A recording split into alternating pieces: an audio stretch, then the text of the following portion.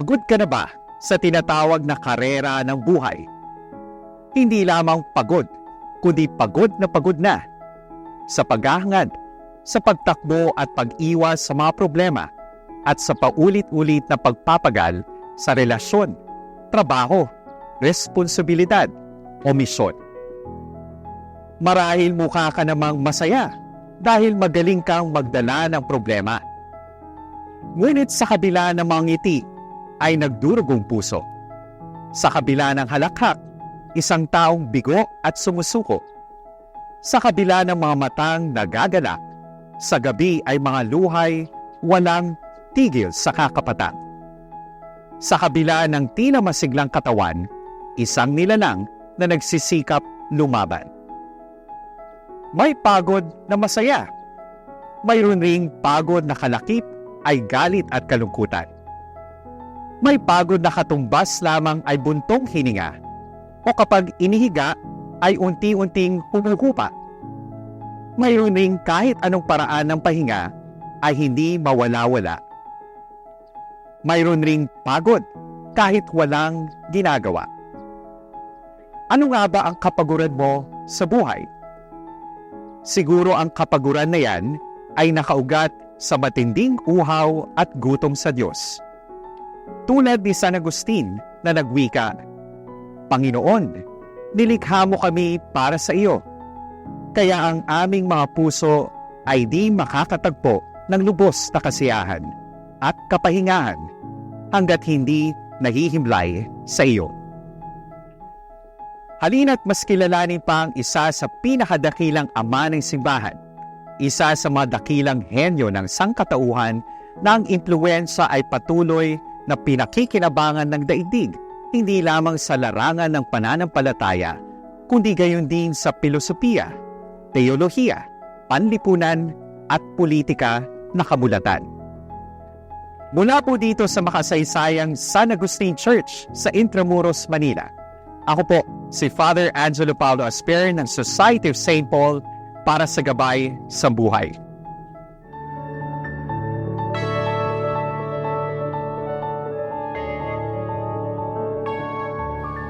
Makulay ang naging buhay ni San Agustin.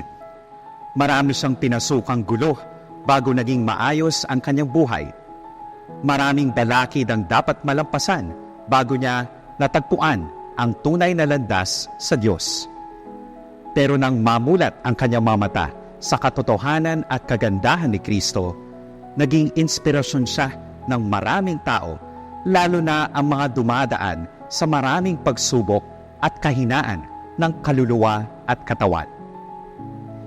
Si Agustin ay anak ni Santa Monica na isang Kristiyano at ni Patricius na isang pagano. Isinilang siya sa Tagaste, bayan sa Africa.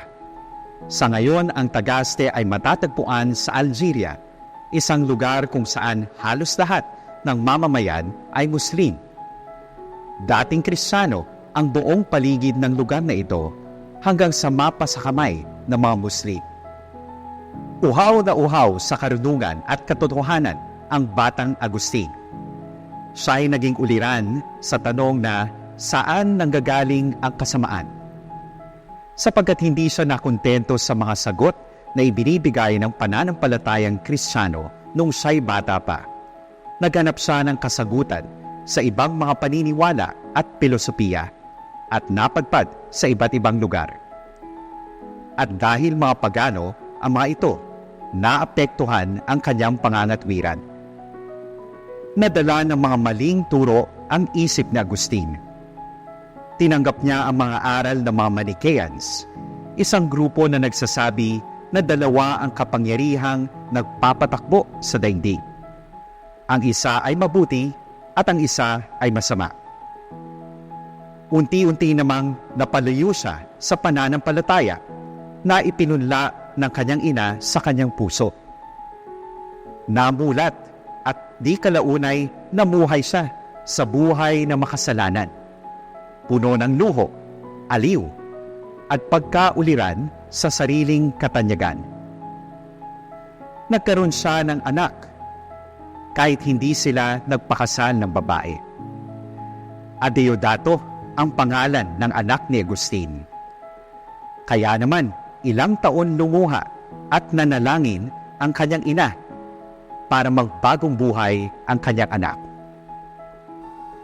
Nagpunta sa Roma sa Italia si Agustin sa kanyang paghahanap ng katotohanan. Sa Milan naman, naging isang guro siya ng rhetorics o pagtatalumpati. Mahalaga ang Milan sa kanya dahil dito niya unang narinig ang paliwanag ng salita ng Diyos mula kay San Ambrosio ng Milan, obispo roon. Unti-unting nabuksan ang puso at isipan ni Agustin sa Diyos. Isang bantog na kwento ang nagsasabi na habang iniisip ni Agustin ang mga katotohanan ng Kristyanismo sa isang hardin, isang bata ang nagsabi sa kanya na kunin ang Biblia at basahin ito. Tolle legge, na ang ibig sabihin ay kunin mo at basahin. Ang nabasa niya ay ang sulat ni San Pablo sa mga taga-Roma na nagdala ng malaking pagbabago sa kanyang puso.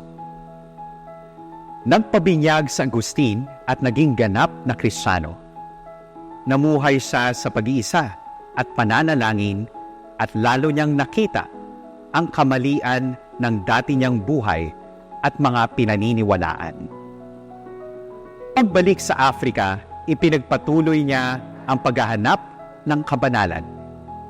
Naging pari siya at pagkatapos ng ilang panahon, nahirang na maging obispo ng Hippo noong 395.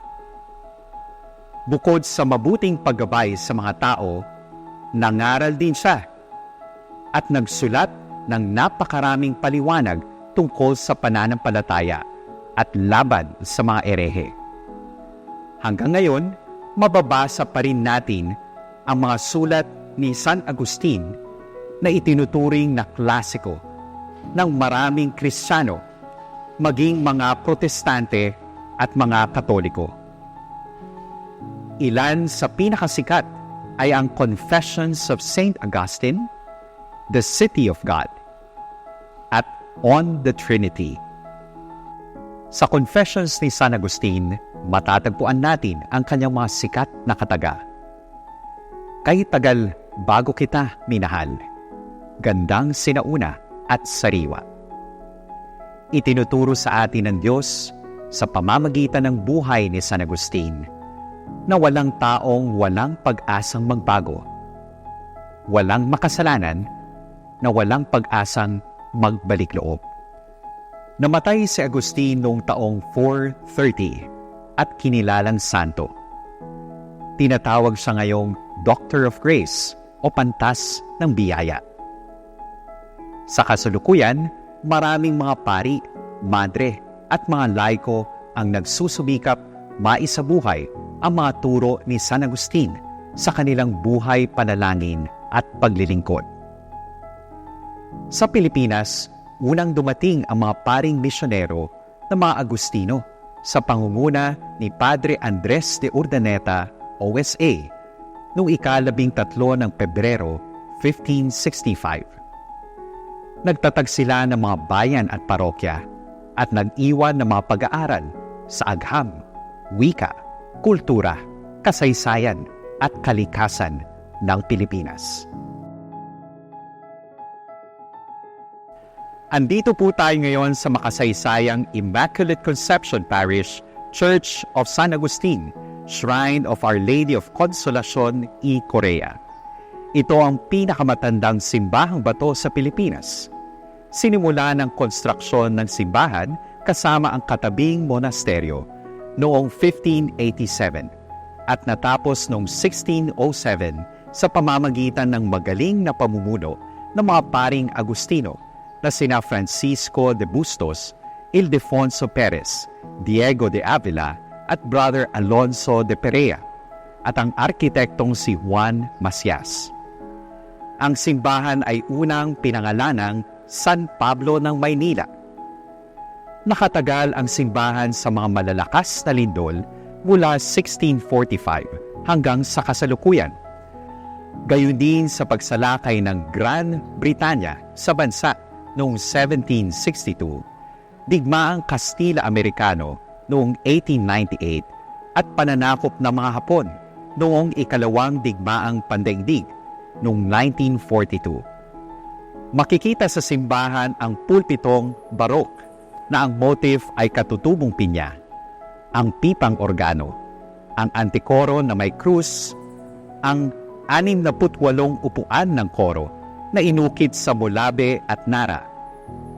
Malaki at magagandang mga aranya na mula pa noong 17th at 18th centuries.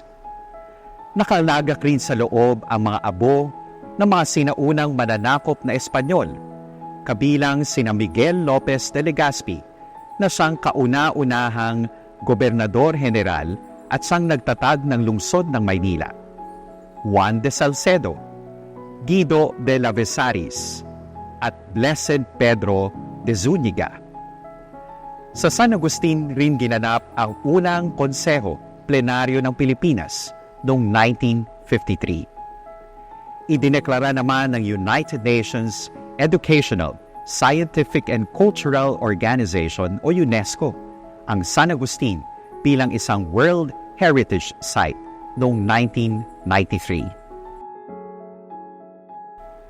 Marahil kung minsan ang nararamdamang pagod o pagkapagal ay hindi dahil sa labis na paggawa o pagtatrabaho, kundi dahil sa kawalang kabuluhang gawain o buhay, o di kaya kasalatan ng inspirasyon upang ipagpatuloy ang pagharap sa laban ng buhay. Kung minsan rin, ang ating pagod o pagkapagal ay hindi dahil sa kakulangan ng sapat na tulog o pahinga, kundi dahil sa kakulangan sa pagmamahal o hindi sapat na pagtuon sa kung ano ang mas higit na makabuluhan.